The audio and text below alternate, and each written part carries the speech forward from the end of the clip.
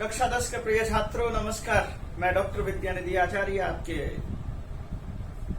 के लिए एक नया पाठ लेकर आया हूं। अव्ययी पद और अव्ययी पद क्या है यह मैं आपको पूरी तरह से समझाने की कोशिश करूंगा और उन अव्ययों को अभी अच्छी तरह से देखेंगे और समझेंगे कि अव्यय पद होता क्या है। सबसे पहले तो आपको यह जानना चाहिए भाषा है, भाषा प्राचीन कालीन भाषा है, इसलिए इसको संस्कृतम प्राचीनतमा भाषा कहते हैं। और प्राचीनतम भाषा के लिए काल के परिप्रेक्ष्य में देखेंगे तो हम ये कहेंगे कि ये लगभग 6000 साल पुरानी भाषा है। इतना तो मानना ही पड़ेगा क्योंकि लिपि का आविष्कार 6000 साल पहले हो चुका था। तो हमारे पास ब्राह्मी लिपि, खरोष्ठी लिपि, अन्य बहुत सारी लिपियां हैं और उसके बाद भी हम उन्हीं लिपियों के आधार पर भाषा को लिखने की कोशिश करते हैं।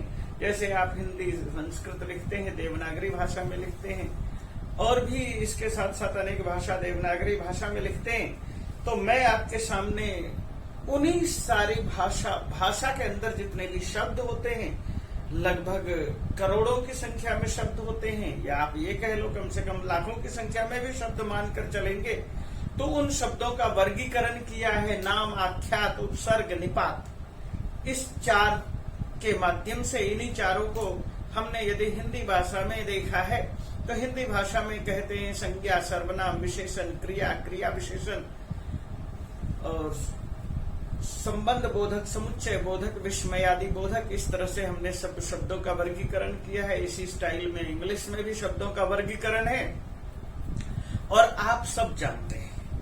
लेकिन हम संस्कृत में जो है उन्हीं सभी तत्वों को 4 तत्वों में ही डिवाइड कर रहे हैं, बांट रहे हैं। नाम, नाम से मतलब क्या? संज्ञा, और संज्ञा के जितने भी प्रकार के शब्द हो जाए, चाहे भाव संज्ञा में जातिवाचक, व्यक्तिवाचक, भाववाचक, समूहवाचक, द्रव्यवाचक जो भी शब्द हैं। और उसके बाद नाम के स्थान पर जो प्रयोग होता है सर्वनाम, सर्वनाम में भी उसी तरह से प्रश्नवाचक सर्वनाम, पुरुषवाचक सर्वनाम, इस तरह से जितने भी सर्वनाम है 6 के 6 सर्वनामों को हम उसमें ले लेंगे। विशेषण शब्द होंगे और विशेषण शब्द भी हम उसमें ही अंतर्भाव कर लेंगे। इस तरह से संज्ञा, सर्वनाम, विशेषण एक जगह इकट्ठा हो जाएगा।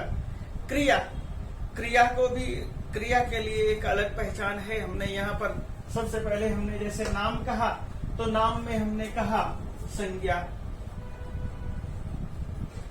सर्वनाम और विशेषण। हमने सारे शब्द इसमें इकट्ठे कर लिए हैं। दूसरा शब्द आता है क्रिया, और क्रिया का मतलब है आख्यात। आख्यात का मतलब चक्षिंग ख्याए, इस धातु से आख्या शब्द बना है। और कथन, कथन का मतलब हमारा एक्शन, क्रिया जो भी है। तो क्रिया को हमने पहले भी इसी में रख लिया है। क्रिया और क्रिया विशेषण के क्रिया के शब्द जितने भी आएंगे इसमें आएंगे। और उसके बाद कुछ 22 उपसर्ग हैं। क्रिया जो है 2000 के आसपास धातु पाठ में भगवान पाणिनि ने धातु लिखे हैं। उसके बाद जो है भूआदयो धातु, जुहोत्यादि गण है, अदादि गण है, इस तरह से 10 गणों में धातुओं का संग्रह किया है। उपसर्ग 22 उपसर्ग हैं और उसके बाद निपात है, निपतंती, अपने आप स्वतः प्रकट है, गिरते हैं। इन्हीं चीजों को ध्यान में रखते हैं हम इसी निपात को ही यहाँ पर पढ़ने की कोशिश करेंगे। तो निपात क्या मतलब है? निपात निश्चयेन,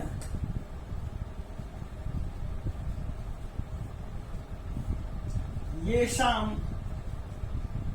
पात अभवत, जो अपने आप गिरे हैं, पतंती इति पात, जो निश्चित रूप से अपने आप गिरे। अपने आप गिरे हैं का मतलब क्या है?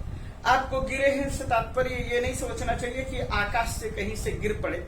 आप ऐसा मानकर भी चल सकते हैं। देख सकते हैं आपके हाथ में यदि मान लीजिए कि कोई चीज है, चौक है, डस्टर है या किताब है, और वो आपके हाथ से धीरे से छूट जाती है और गिरने के बाद एक आवाज आती है और उस आवाज को आप एक शब्द देते हैं। बहुत सारे लोग ट्रेन के चलते हुए ट्रेन की आवाज को, जो कि धड़ धड़ धड़ धड़ आवाज है, और उसी को एक नया स्वरूप दे देते हैं। उस जिसके मन में जो साउंड गुजर रहा होता है वो उसी तरह से उस चीज को मानना शुरू कर देता है, उसी तरह से बोलते हैं। आप कभी ट्रेन के आसपास विचरने वाले लोगों से 10 आदमी से पूछे कि ट्रेन जब चलती है तो उससे पटरी पर, एक पटरी से दूसरे पटरी पर जब ट्रेन वो दौड़ रही होती तो किस तरह की आवाज होती है। 5 आदमी से बात करेंगे, 5 आदमी से 5 नए शब्द आपको मिलेंगे। चाहे वो शब्द नीचे गिरने के बाद टप आए, ठक आए, धम आए, किसी भी तरह के शब्द हैं, ये ऐसे के ऐसे रहेंगे क्योंकि इन शब्दों को आपने महसूस किया है। बाकी शब्द जो है महसूस करने वाले नहीं थे, ये शब्द तो आपको ऊपर से मिले हैं, आदेश के तौर पर मिले हैं। चाहे आप कहेंगे कि हमारे पास वेदों में मिले हैं, ऋषियों से मिले, महर्षियों से मिले हैं, अन्य लोगों से मिले, अन्यों के अनुभव से प्राप्त हुए, लेकिन ये अनुभव से प्राप्त तो नहीं हुए, ये बल्कि हमें अपने अनुभव से भी प्राप्त हुए। लेकिन हमने यहाँ पर ये दिखाने की कोशिश करना है कि वह शब्द किस तरह के शब्द हैं। तो हमने आपके सामने बताया कि वे शब्द वे हैं जो जिसका अव्यय, अव्यय का मतलब, व्यय का मतलब होता है खर्च, और अव्यय का मतलब जो खर्च कभी नहीं होता, यानी कि जिसमें कभी भी कोई घट बढ़ नहीं होगा हो सकता। तो उसी चीज के लिए मैं ये कह रहा हूं, सदृशम त्रिषु लिंगेषु सर्वासु च विभक्तिषु। सदृशम त्रिषु लिंगेषु, त्रिषु लिंगेषु, तीनों लिंगों में 3 लिंग होते हैं। आप सब जानते हैं अच्छी तरह से कौन कौन से 3 लिंग होते हैं, आपको पता है। पुल्लिंग, स्त्रीलिंग, नपुंसक लिंग।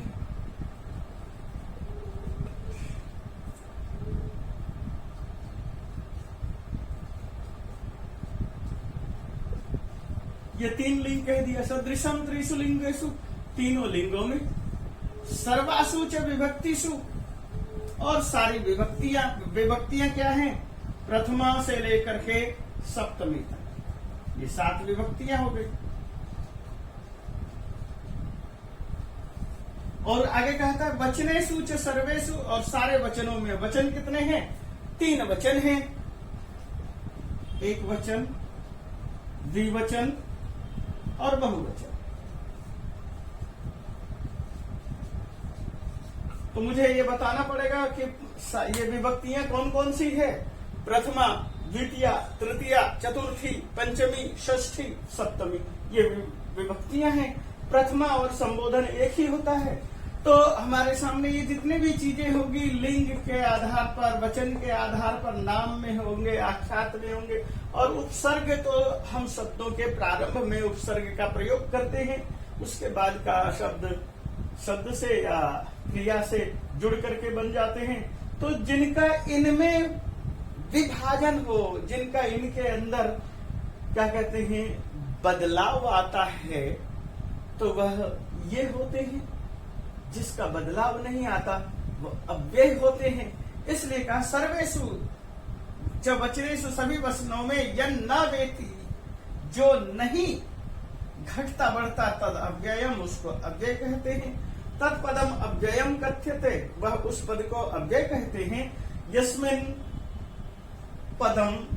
पदे लिंग वचन विभक्ति कारणात् परिवर्तनम न भवति, जिस पद में लिंग से, वचन से, विभक्ति से, इन्हीं कारणों से कोई भी परिवर्तन नहीं होता, तो हम ऐसे चीजों को अव्यय कहते हैं। और मैं अब समझता हूं कि आपको अव्यय के कुछ तत्व समझ में आ गए।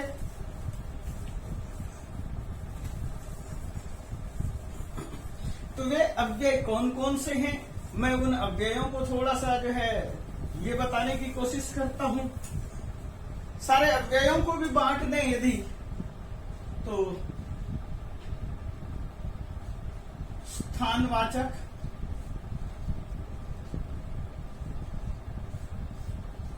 प्रश्नवाचक और कालवाचक। इसके अतिरिक्त भी कुछ और होते हैं, तो हम इनको 3 जगह से हम बांट लेते हैं कि लिंगवाचक कौन से हैं, ये स्थानवाचक कौन से हैं, कालवाचक कौन से हैं, तो आपको और थोड़ा सा क्लियर हो जाएगा। तो मैं जैसे कि ये कह रहा हूं, चलिए पहले मैं स्थानवाचक के उदाहरण दे रहा हूं। स्थान में क्या होता है? अत्र, यत्र, तत्र, इस तरह के शब्दों को हम स्थानवाचक कहते हैं। अत्र का मतलब यहां, यत्र जहां, तत्र वहां। ये जो यहां वहां जहां है, ये एक सूचना दे रहे हैं कि किसी स्थान पर होने वाली कोई चीज है, या इसके अतिरिक्त कुछ शब्द और हैं। अधुना, अब, सांप्रतम। चलो ये इसको हम स्थानवाचक नहीं कहेंगे, ये क्या कहते हैं, कालवाचक में लाएंगे। तो हम इन शब्दों का प्रयोग करेंगे और इसके अतिरिक्त हम और कुछ शब्द कहेंगे, जैसे कि चलिए इतने ही। इन शब्दों को जब हम जान लेते हैं तो हम बात करेंगे प्रश्नवाचक शब्द। तो प्रश्नवाचक शब्द क्या होता है? जिससे कि प्रश्न पैदा होता है। प्रश्न कैसे पैदा होगा? तो वो देखिए, प्रश्न पैदा होगा यदा, कदा, तदा। यदा जब, आप कहेंगे यहां तो कोई प्रश्न नहीं पैदा हुआ। किम, किमर्थम, कीदृशम,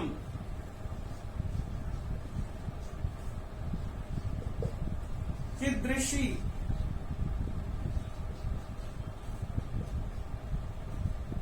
कीदृक्। ये सब कैसे के लिए प्रयोग है? यानी कि एक अवस्था का बोध हो रहा है। कैसा, कैसी, किस अवस्था में। यदा मतलब जब, कदा मतलब कब, तदा मतलब तब। इन शब्दों का जब हम प्रयोग करेंगे और उसके बाद हम इन शब्दों का प्रयोग करेंगे तो ये प्रश्नवाचक शब्द होंगे। प्रश्नवाचक शब्द से तात्पर्य है कि प्रश्न का निर्माण करना।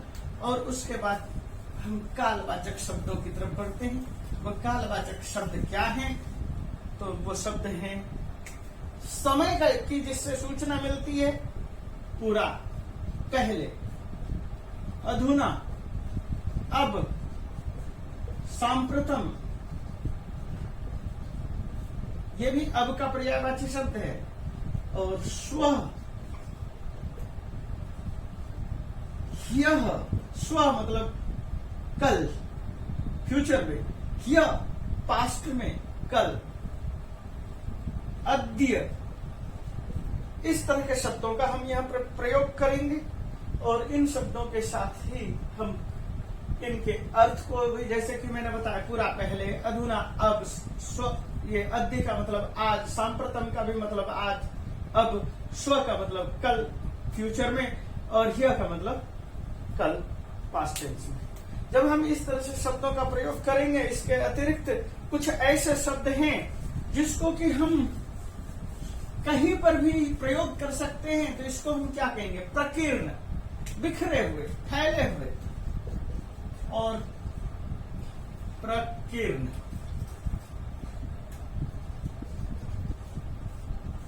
जो प्रकीर्ण होंगे तो वो इस तरह के शब्द होंगे कि इति, ह, च, वा, ननु, पुरा, खलु, मां, वृथा, कदापि। इस तरह के शब्द प्रयोग होंगे और मैं इन सारे शब्दों को आपके सामने अभी रखते चलता हूं और आपके पास उसका वाक्य प्रयोग करता हूं। धन्यवाद। तो बच्चों, ये देखना जरूरी है कि अव्यय, अर्थ और वाक्य। अव्यय का अर्थ आपको समझ में आना चाहिए। हर भाषा में ये अव्यय होते हैं। मैंने किसी और भाषा का अभी वाक्य उदाहरण नहीं दिया है। अपि का अर्थ होगा भी, और हम अपि का प्रयोग करेंगे। वयम अपि आपनम गच्छामः, हम भी बाजार जाते हैं। यदि अपि वाक्य के शुरू में लिखेंगे तो क्या अर्थ हो जाएगा? अपि वयम आपनम गच्छामः, क्या हम भी बाजार जाएंगे, इस अर्थ में। अधुना का मतलब है अब, और अधुना का अर्थ है अधुना अहम गीतम गायामि, अब मैं गीत गाता हूँ। अत्र का मतलब यहाँ, अत्र पुष्पानि सन्ति, यहाँ फूल हैं। अधः का मतलब नीचे, और वृक्षस्य अधः शृगाल उपविशति, अन्यत्र कहीं और, त्वम अन्यत्र पठनाय गच्छ, तुम कहीं और पढ़ने के लिए जाओ। इतस्ततः का अर्थ है इधर उधर, भोजनाय कुक्कुर इतस्ततः धावति, भोजन के लिए कुत्ता इधर उधर दौड़ता है। इव का मतलब के समान, तस्य मुखम चंद्रम इव अस्ति, उसका मुख चंद्रमा के समान है। इदानीम इस समय, इदानीम पाठम पठ, इस पाठ को पढ़ो।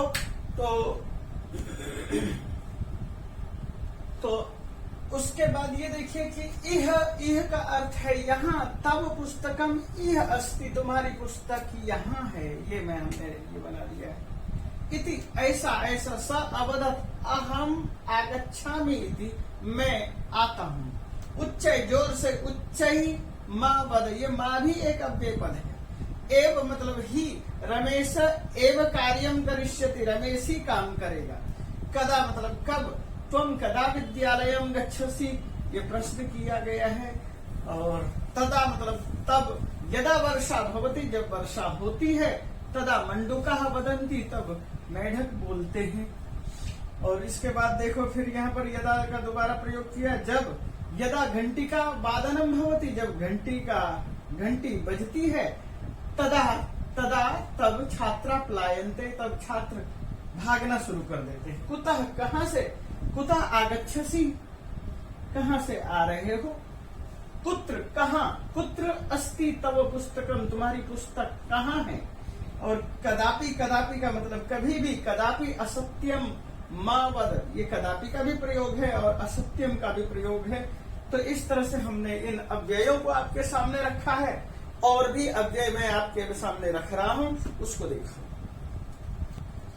तो इन अव्ययों को देखिए। किमर्थम, किस लिए, त्वम किमर्थम भ्रमसि, खलु निश्चित रूप से, स खलु पठति, मैंने अंडरलाइन कर रखा है अव्यय को। च मतलब और, रमेश सुरेश च पठत, ह मतलब निश्चय रूप से, स ह उवाच। और ये जो है अव्यय है, ये या तो नाटकों में मिलता है या पुरानी किताबों में मिलता है। झटिति मतलब तेजी से, शीघ्रम का मतलब जल्दी, झटिति को ही हमने एक शब्द बना रखा है, झटक कर चलना। स झटिति चलती, वह जल्दी जल्दी चलता है। और शीघ्रम का मतलब तेज, और तेज का मतलब भी तेजी, जल्दी चलने के अर्थ में ही है। अश्व शीघ्रम धावति, घोड़ा तेज दौड़ता है। इसको मैं शीघ्रम के लिए मैं यहाँ पर तेज का लिख देता हूँ अर्थ। पूरा मतलब पहले, पूरा दशरथ नृप बभूव, पहले दशरथ राजा हुआ। परिता मतलब चारों ओर, ग्रामम परिता वनम अस्ति।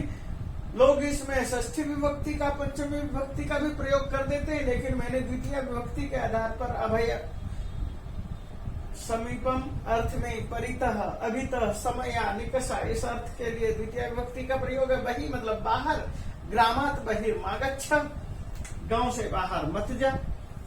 ये जो है अव्यय है, इनको भी ध्यान रखें। माँ का मतलब मत, असत्यम मावद।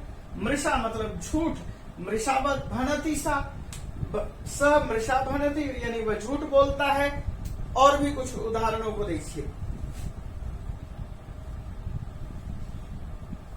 यत्र तत्र, जहां वहां, यत्र धूमः तत्र बन्नी। हमें ये देखना है यत्र और तत्र का, जहां ये जो दिए हैं इनको एक साथ प्रयोग करना है। ऐसे ही यदा तथा का मैंने पहले दिखाया। यावत तावत, यावत आगमिष्यति तावत गमिष्यामि, जब आ जाएगा तब जाऊंगा। मुहुर्मुहु बार बार, पाठम मुहुर्मुहु पठ, पाठ को बार बार पढ़। नक्तम रात्रि, रात्रि मतलब रात। नक्तम दधी न भुंजित, रात में दही मत खाओ। बिना मतलब बिना, लवनम बिना भोजनम न रोचते, लवन के बिना भोजन अच्छा नहीं लगता, खाना अच्छा नहीं लगता। वृथा मतलब बेकार, तुम वृथा समयम यापयसि, तुम बेकार ही समय बर्बाद करते हो। सर्वत्र सब जगह, ग्रीष्मर्तो ग्रीष्म ऋतु में सर्वत्र आतपः होती, सब जगह धूप होती है। शनै ही जल्दी, धीरे धीरे, धीरे धीरे। तो गजः शनैः चलति, अश्व तीव्रम धावति, एक ही ये भी हमने प्रयोग कर लिया। सहसा मतलब सहसा, अचानक, और सहसा कृत्वा दुखीयते, कोई भी किसी काम को करता है, अचानक करता है तो दुख उठाता है।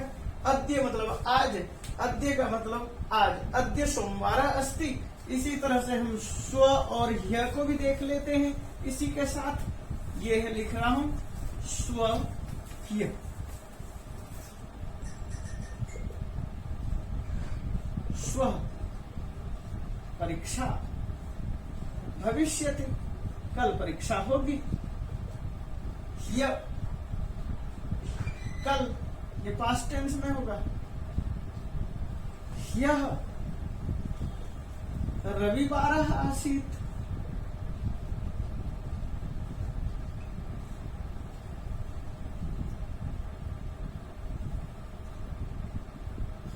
साम्प्रतम्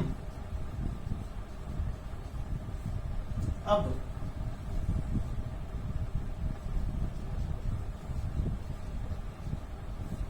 साम्प्रतम् विद्युत आगता, इस समय बिजली आ गई। हमने ये प्रयोग कर लिया है। और क्या प्रयोग करना है, इस तरह से मैंने बहुत सारे उदाहरण दिए हैं। मंदम या मंदम मंदम, धीरे धीरे। कालिदास ने पंक्ति लिखी है, मंदम मंदम नुदति पवनः, धीरे धीरे हवा चलती है।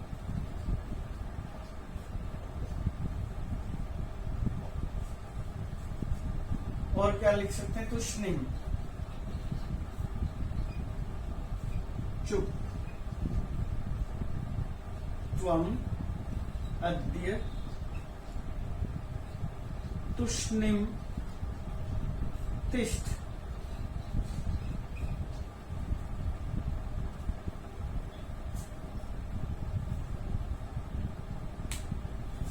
इस तरह से और भी यदि आपके पास कुछ उदाहरण आता है, जैसे नीचे,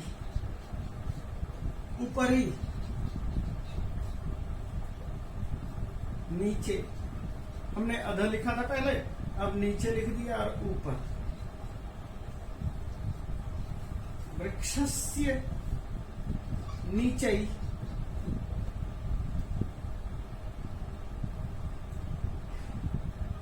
बालकाः खेलन्ति।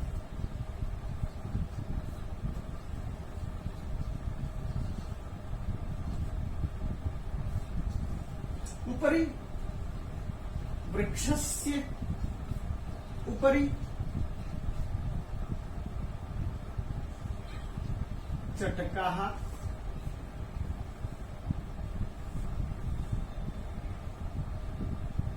उपविशन्ति। इसी तरह से और कर सकते हैं। छदि, छत पर, छदि बालकाः गीतम गायन्ति। तो इस तरह से हमने बहुत सारे शब्दों को लिखा है, बहुत सारे अव्ययों को लिखा है। इतने सारे अव्यय आपके सामने देने का तात्पर्य है कि आप अव्यय को बहुत अच्छी तरह से समझ सकें। और इसी के साथ मैं इस पाठ को यहाँ विराम दे रहा हूँ। धन्यवाद। इसको सब्सक्राइब करिए और अच्छी तरह से समझिए, जानिए। Thank you.